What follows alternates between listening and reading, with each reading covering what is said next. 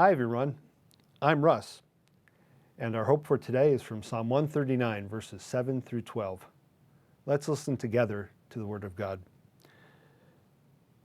Where can I go from your spirit?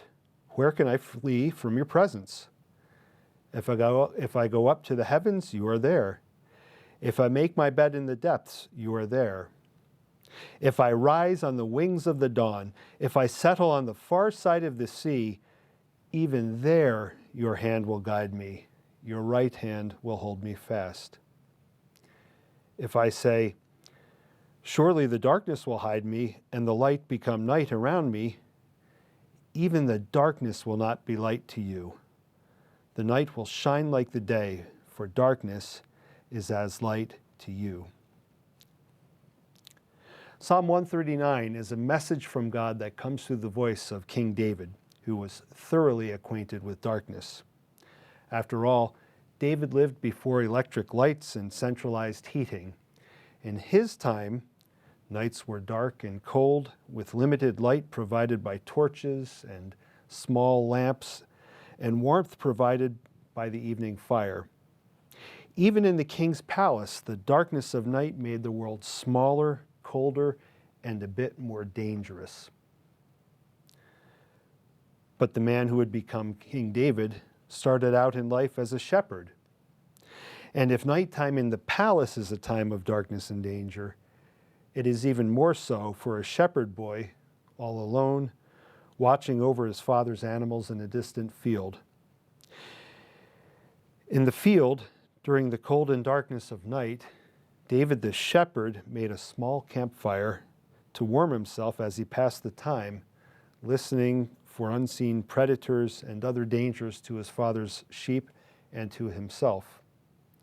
And he looked up at the stars as he prayed and sought God's direction and protection. Psalm 139 tells us what David learned about the night. Rather than fear, the darkness of night calls us to faith. After all, there is no place on earth or in the universe where we can go to escape the presence of God. God is always with us. And for God, the darkness of night is as bright as the midday sun. You see, our real challenge during this time of crisis is the spiritual darkness of doubt and fear. However, during times of spiritual darkness, God shines brightly. Remember, the darkness of Egyptian servitude led to God's delivery in the Passover and brightness of life and freedom. The darkness of Jesus' death on the cross brought about the brilliance of his resurrection.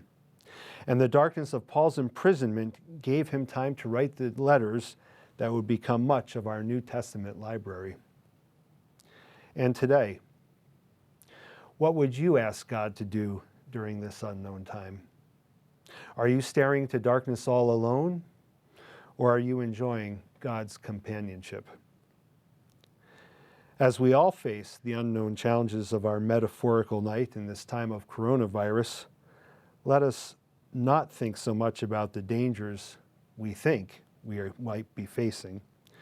Rather, let us look to God, who is with us, who loves us, and who wants to use this crisis to bless us for his glory.